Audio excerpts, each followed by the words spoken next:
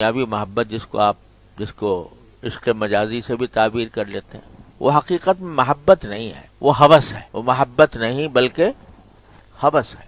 ہوس ہے اس بات کی کہ میری نفسانی خواہشات کی تسکین ہو، وہ محبت ہوتی ہے دنیا میں۔ یہی وجہ ہے کہ وہ محبت ہوتی ہے کسی ایسی چیز سے کہ جو فنا ہونے والی۔ کسی کی خوبصورتی سے محبت ہو گئی تو وہ خوبصورتی جب تک ہے اس وقت تک وہ، کیونکہ اس سے خواہشات کی تکمیل ہو رہی ہے، لہذا وہ باقی ہے جب تک ہوس کی تسکین ہو رہی ہے۔ جب ہوس کی تسکین ختم ہو گئی تو محبت بھی ختم۔ پھر وقت گزاری ہے، وہ پھر جو ہے وہ جو محبت کا جوش و خروش تھا وہ ٹھنڈا پڑ جاتا۔ تو اسی کو اقبال نے کہا ہے کہ وہ عشق جس کی آگ بجھا دے اجل کی پھونک، وہ عشق جس کی آگ بجھا دے اجل کی پھونک، اس میں مزہ نہیں تپش انتظار کا۔ تو وہ جو محبت ہے وہ ہوس ہے، اس کو ہم نے نام محبت کے دے رکھا ہے، لیکن ہے ہوس۔ اسی کا نتیجہ یہ ہے اس ہوس کا کہ جو ہمیں محبوب ہے اگر وہ کسی اور کو بھی محبوب ہو جائے تو کیا ہوگا؟ اس میں اس سے غیرت آئے گی، وہ رقیب بن جائے گا، اس سے دشمنی ہو جائے گی۔ اور جو حب حقیقی ہے اللہ جل جلالہ کی تو وہ ہوس نہیں ہے، وہ محبت ہے۔ لہذا جو اس سے محبت کرے گا اس سے بھی محبت ہو جائے گی۔ اسألک حبک بحب من یحبک، جو آپ سے محبت کرتا ہے مجھے اس سے بھی محبت ہے۔ وہ تو وہ ہیں، تمہیں ہو جائے گی الفت مجھ سے۔ وہ تو وہ ہیں، تمہیں ہو جائے گی الفت مجھ سے، ایک نظر تم میرا محبوب نظر تو دیکھو۔ تو جو محبت ہوتی ہے اس میں رقابت نہیں ہوتی، ہوس میں رقابت ہے کہ جس سے میرا تعلق ہوس کی بنیاد پر ہے، اس سے اگر کسی اور کا شائبہ بھی پتہ چل جائے کہ دوسرے کو بھی ایسی ہے تو کیا ہوگا؟ دشمنی پیدا ہو جائے گی۔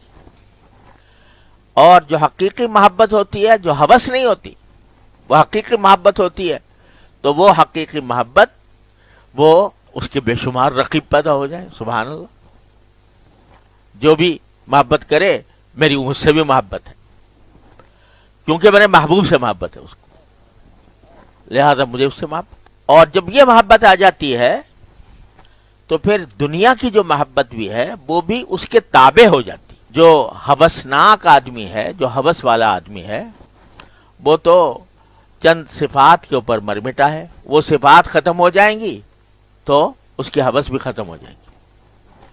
لیکن جو محبت اللہ کے لیے ہوتی ہے، اللہ تبارک و تعالیٰ کے لیے جو محبت ہوتی ہے وہ نہیں مٹتی، دنیاوی محبت بھی نہیں مٹتی، اور وہ ایسی ہو جاتی ہے کہ چاہے وہ صفات ختم ہو جائیں، وہ جمال ختم ہو جائے، وہ کمال ختم ہو جائے، لیکن چونکہ وہ اللہ کے لیے ہے اور اللہ کی محبت ختم نہیں ہوتی، لہذا اس کی وجہ سے اس کی محبت بھی باقی رہتی، اور اس کے نتیجے میں جو محبت ہوتی ہے وہ چونکہ اللہ کے لیے ہے، لہذا میں تو میرے ابلاغ کا حکم ہے کہ اس سے محبت رکھو، لہذا محبت رکھوں گا۔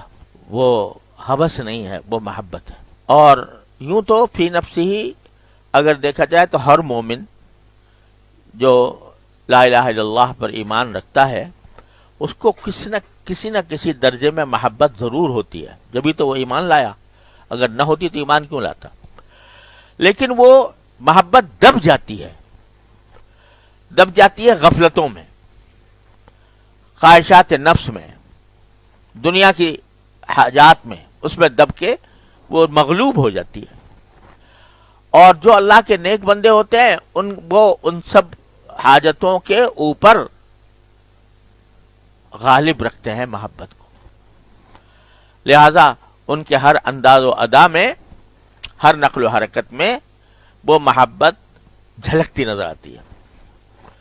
تو ان کے پاس جب ہم بیٹھیں گے، ان کی صحبت اختیار کریں گے، ان سے محبت رکھیں گے، تو اللہ تبارک و تعالی وہ جو ان کے اوپر محبت چھائی ہوئی ہے اس کا کچھ حصہ ہمیں بھی منتقل فرما دیں گے. اسی لیے صحبت کو جو ہے دین میں بہت اہم مقام حاصل ہے کہ ایسے لوگوں کی صحبت جو اللہ تعالیٰ سے محبت رکھتے ہوں، ان کی محبت کے نتیجے میں، ان کے صحبت کے نتیجے میں ان کی محبت کا جو عکس ہے وہ ہمارے اندر منتقل ہوگا، رفتہ رفتہ منتقل ہوگا.